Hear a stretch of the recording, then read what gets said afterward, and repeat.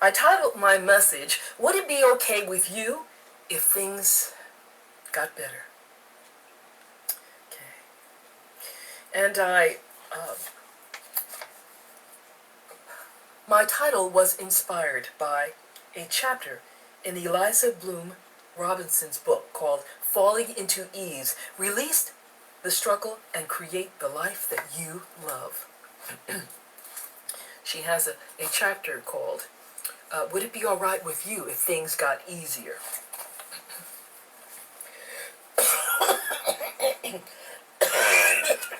Oh, I'm so sorry.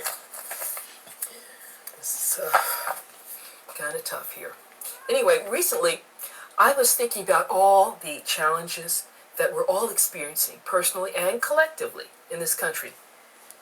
Concerns for our loved ones' health and safety, concerns about our children going back to school with COVID-19 still rising in many areas in the country.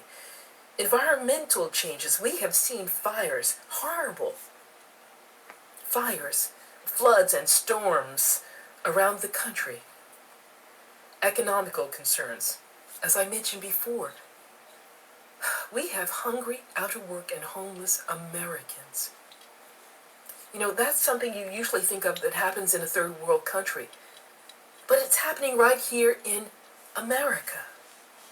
People are food insecure. We have racial injustice issues, the killing of unarmed black men, women, and children, governance concerns with the presidential election looming straight before us, and now the political turmoil that's happening with the Supreme Court vacancy. So this has just been added to the mix.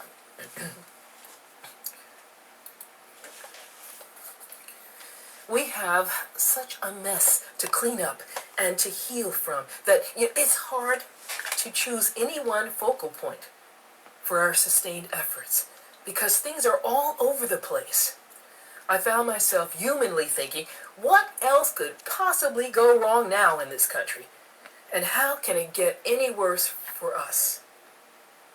And then I realized what I was doing. I was thunder. Wow. That's loud. I don't know if you have thunder there, but that was a big boom here in Salina. Anyway, excuse me. I have been putting the focus on the wrong question, and perhaps you have also been doing that. It's easy to do. Instead of what else can go wrong, we need to be focusing on how can it get better? And are we willing that things get better? Being willing that things get better often means that we have to let go of some of the things that we've been holding on to, like fear, like anxiety, like anger, like impatience, like unforgiveness, revenge, or hatred. So my question to you, it's a question to me too, would it be okay if things got better? Are you willing that things get better? I hope you are. In addition to dealing with the pandemic and its restrictions, I had one of those weeks where I struggled to keep from getting emotionally swept away by two news events on TV. The one thing that I found most difficult emotionally this week was seeing the heartbreak of the family and friends of 26-year-old Breonna Taylor, who received no justice for her loved ones, no justice for her being killed in her apartment by 3 police officers from the Louisville Metro Police Department back on March 13th of this year, 6 months ago, when they shot bullets into her apartment and crashed down her door. They had a no-knock warrant, and they were looking for a man who sold drugs, who didn't live there anymore, and was found to be already in police custody. A big mistake. The white officers entered Breonna's apartment, executing a search warrant. How or if the officers announced their identity because they had a no-knock warrant before crashing in her door and forcing entry is still in dispute. Tyler's boyfriend, Kenneth Walker, who was there, thought that those at the door, ramming the door and crashing that down, were intruders, and he fired a gun at them, hitting one of the officers in the leg. He was defending Breonna and himself against the intruders he thought were at his door. The officers then fired 32 shots into Breonna's apartment. Walker, surprisingly, was not wounded, but Breonna was killed by 6 of those 32 bullets in her apartment, and she died. On September 23rd, a state grand jury indicted one of the officers for not for Taylor's death, but for 3 counts of wanton endangerment, for endangering a neighbor with his random shots, his random bullets. The other 2 officers involved in the raid were not charged with anything, but no one was charged with the random shots that killed Breonna in her own apartment. Some say that she was asleep in bed. I don't know whether that's factual or not, but it doesn't sound like justice to me. Breonna and her death were not even mentioned during the grand jury reveal. Taylor's death and the non-indictment of the police officers that led to it seemed to be quite an injustice. And it was noted by many people that the officer who was charged with endangerment for the bullets, his bullets that went into the neighboring apartment, I understand that that apartment belonged to a white couple. But neither he or the others were charged with the bullets, the 32 bullets that went into Breonna's apartment and killed her. That can't be right. No justice, no peace, the protesters justifiably were claiming and chanting as marches continued in the streets of Kentucky and around the country. I wanted to help things be better, and I could only send out prayers for the family and the friends of Breonna, who had waited 6 months for this investigation to be done and had this horrible outcome. I wanted healing for myself and all Black Americans struggling with fear and anger over the fact that another innocent Black person has been killed by the police. I found myself thinking of an old Negro spiritual, a kind of keep fighting on for what is right and just song called Ain't Gonna Let Nobody Turn Me Round. I don't know if you know it, but it came to my mind, and it's some of the words are, ain't gonna let nobody turn me round, turn me round, turn me round, ain't gonna let nobody turn me round, turn me round, turn me round. I'm gonna keep on walking and keep on talking, marching up to freedom land. Ain't gonna let segregation turn me round, turn me round, turn me round. Ain't gonna let segregation turn me round, turn me round, turn me round. I'm gonna keep on walking and keep on talking, marching up to freedom land. Ain't gonna let injustice turn me round, turn me round, turn me round. Ain't gonna let injustice turn me round, turn me round, turn me round. I'm gonna keep on walking and keep on talking, marching up to freedom land. Ain't gonna let no hatred turn me round, turn me round, turn me round. Ain't gonna let no hatred turn me round. Turn me round, turn me round. I'm gonna keep on walking and keep on talking. I'm marching up to freedom land.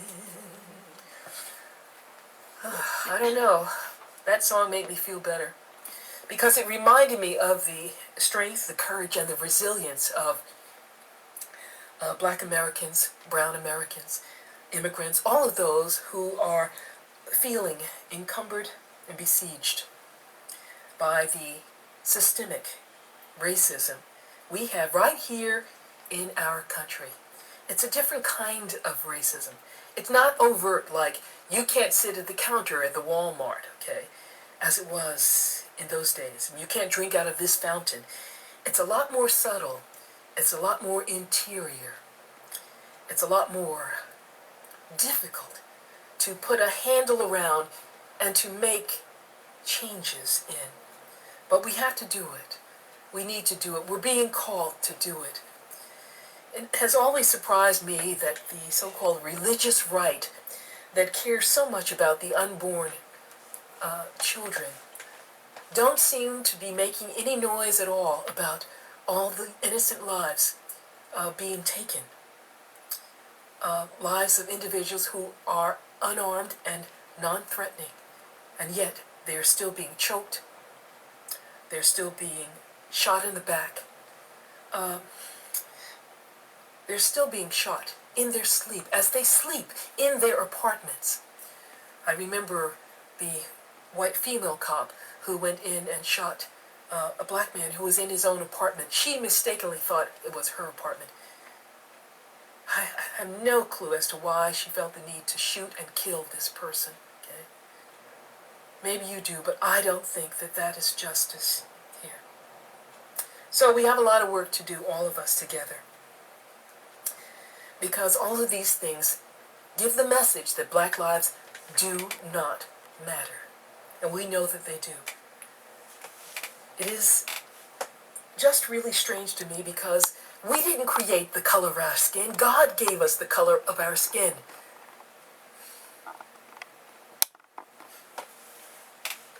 And it's a beautiful color.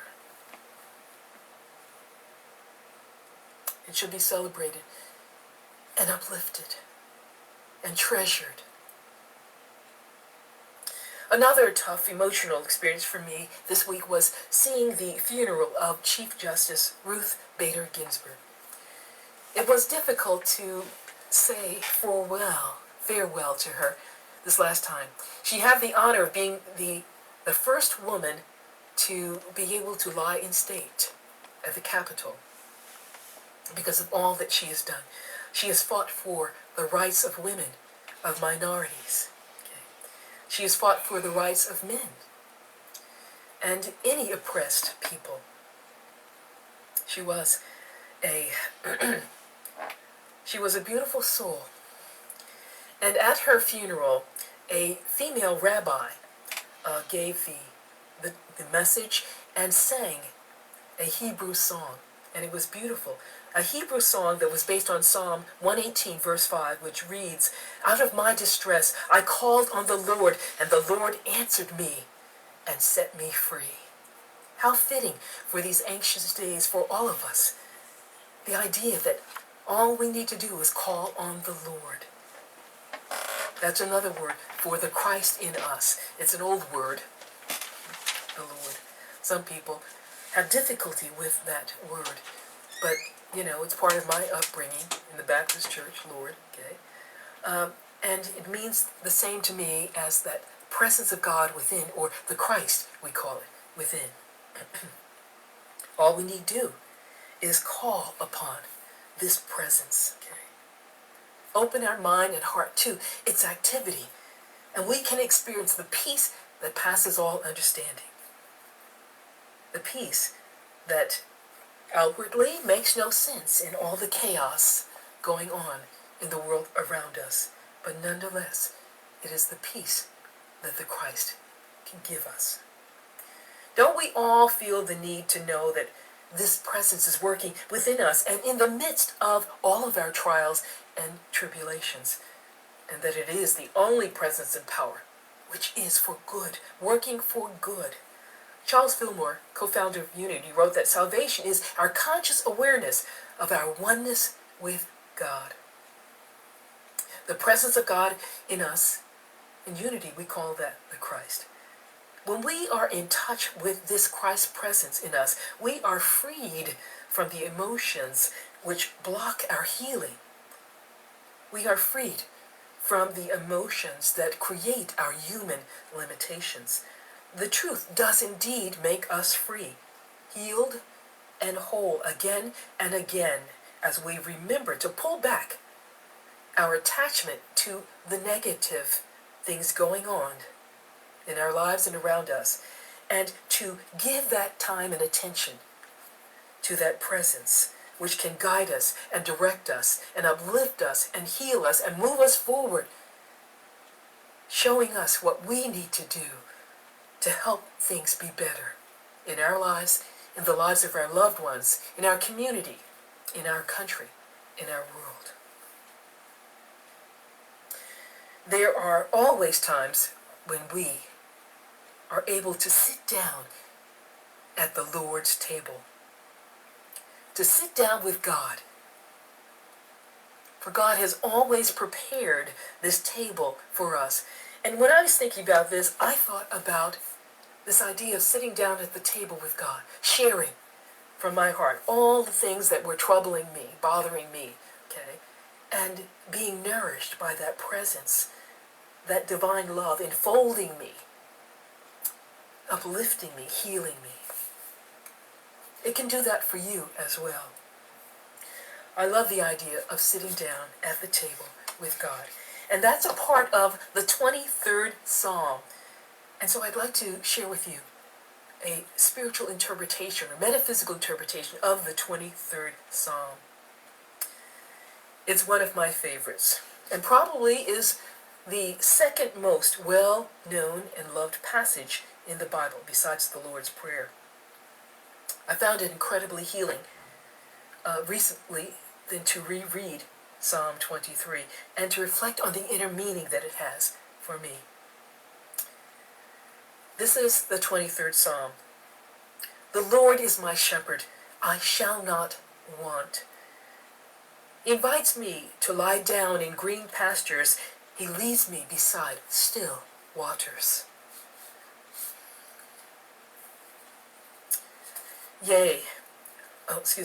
He restores my soul and leads me in the paths of righteousness for his name's sake.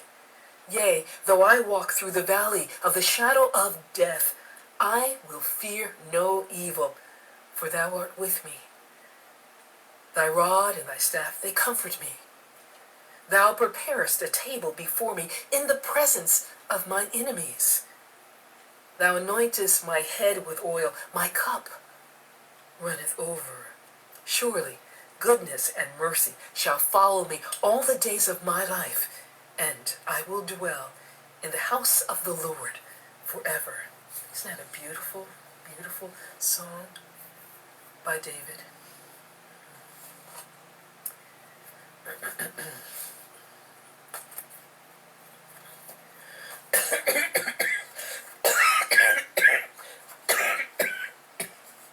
Excuse me. Here is an interpretation that I found helpful and you might find helpful. Like the other Psalms, this Psalm is attributed to David. The metaphors in the Psalm are basically the shepherd and the sheep and the relationship between the shepherd and the sheep. As we look at these two entities here, we are perhaps more like the sheep in this Psalm. And the shepherd is God. The shepherd is the Christ indwelling us. Charles Fillmore likens our thoughts to sheep, which can become frightened and run off in any direction when there is no shepherd to provide guidance or protection for us. This happens when we forget to stay open to the direction and guidance which comes from within through our prayers and our meditation practices.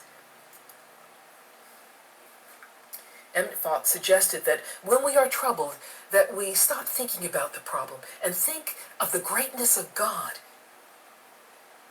and our inner connection with God instead. It does not mean that we ignore our problems, but that once we can see things from a higher perspective and experience divine guidance, we can see our way through the difficulty. Einstein said, no problem can be solved from the same level of the consciousness that created it. So the Lord is my shepherd is the thought of God caring for us like a shepherd cares for his or her sheep. It gives us a feeling of trust, of confidence, imbues us with courage, adds meaning and purpose and direction to our lives. We recognize that God, creator of all that is, and in whose hands rests the entire universe, is our very own shepherd and caregiver, which works for us for good. We can trust this shepherd with our lives because it is the source of our life. The next phrase in the 23rd Psalm, I shall not want.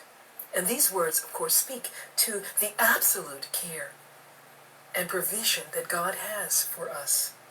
It's a recognition that whatever we need, God is it, and God has it. Jesus said it's the Father's good pleasure to give us the kingdom and to provide for us, just as the birds, the air, the lilies, and the grass in the field are provided for. Matthew 6, verse 26 through 34. Look at the birds of the air. They don't sow, they don't reap, nor gather, yet the Father feeds them. He said, are you not of more value than they? Now, if God clothes the grass of the field, which today is, and tomorrow is thrown into the oven, will he not much more clothe you? Matthew 6, verse 8. Jesus goes on to say that the Father knows what we need even before we ask for what we need. When we attune ourselves to the God presence in us, we come into that clear, comprehensive understanding that Jesus had when he was able to say, the Father and I are one, and all that the Father has is mine.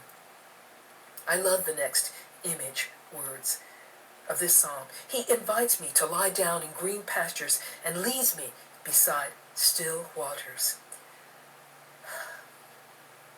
The green pastures and the still waters represent peace, security, contentment, as well as abundant substance or food for both soul and body.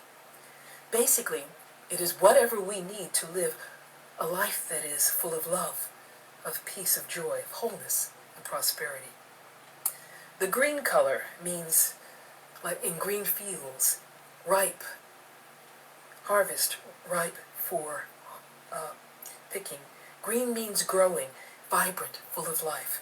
We are invited to lie down in this vibrancy of God life, which heals us, fills us, grows us, expands us.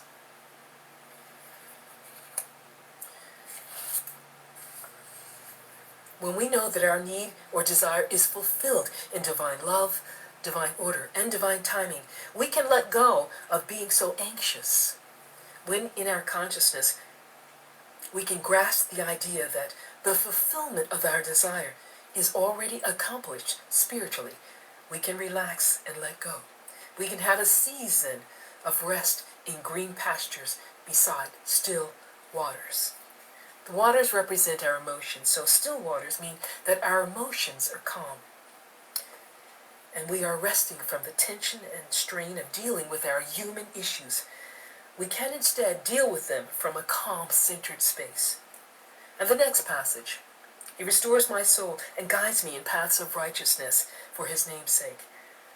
Through the souls, that is through our taking on, accepting, breathing in this awareness of the living substance of the God presence in us. A directive power is set in motion in our consciousness. We are renewed. We are restored, both in soul and body. We are guided onto the right paths in life. We can know what to do and how to do it when we let divine love and light renew us. Yea, though I walk through the valley of the shadow of death, I will fear no evil. On the journey from our humanness to our spiritual being, our spiritual consciousness, our awareness of our oneness with God, we are sometimes moved to places and to experiences which seem shadowy, dangerous experiences. However, all that we have to know is that God is there and is always safety for us. The fear of death is overcome because we know that love is stronger than death.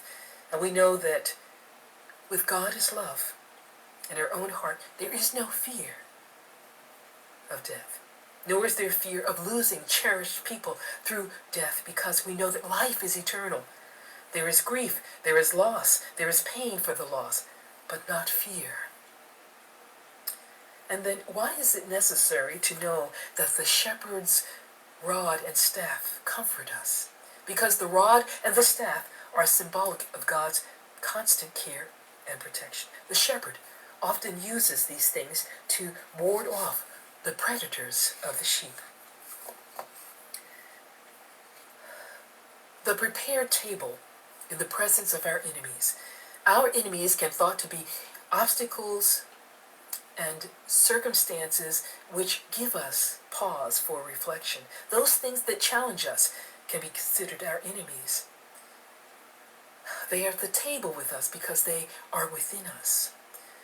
The negative habits that we form, the self-will, the lack of self-discipline, the unforgiveness, all of those ego qualities can be considered our enemy because they keep us from opening that door to God's presence, God's good in us, to what is highest and best.